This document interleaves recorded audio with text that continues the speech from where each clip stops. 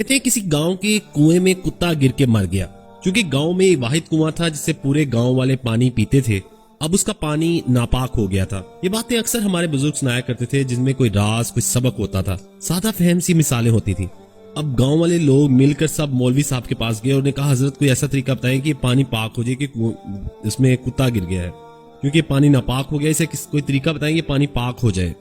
اب مولوی صاحب کہنے لگے آپ ایسا کریں، اس میں سے 40 بالٹیاں پانی نکال کر باہر پھینک دیں، پانی پاک ہو جائے گا. کچھ عرصے بعد گاؤں والے واپس آئے اور عرض سے کہا کہ حضرت ہم نے 40 بالٹیاں پانی نکال کر تو پھینک دیا ہے، لیکن پانی ویسے کا ویسا ہی ہے. اس پر مولوی صاحب نے کہا آپ یہ بتائیں کہ آپ نے پانی میں سے کتا تو نکال دیا تھا نا؟ اس پر گاؤں کے لوگ کہنے لگے حضرت آپ نے تو صرف 40 بالٹیاں نکالنے کو کہا تھا، کتا نکالنے کو تو نہیں کہا تھا. ان گاؤں والوں کی طرح ہم لوگ بھی ہیں جو لالچ، کینہ، بغض، حسد کی طرح کتے کو اپنے دل میں رکھتے ہیں.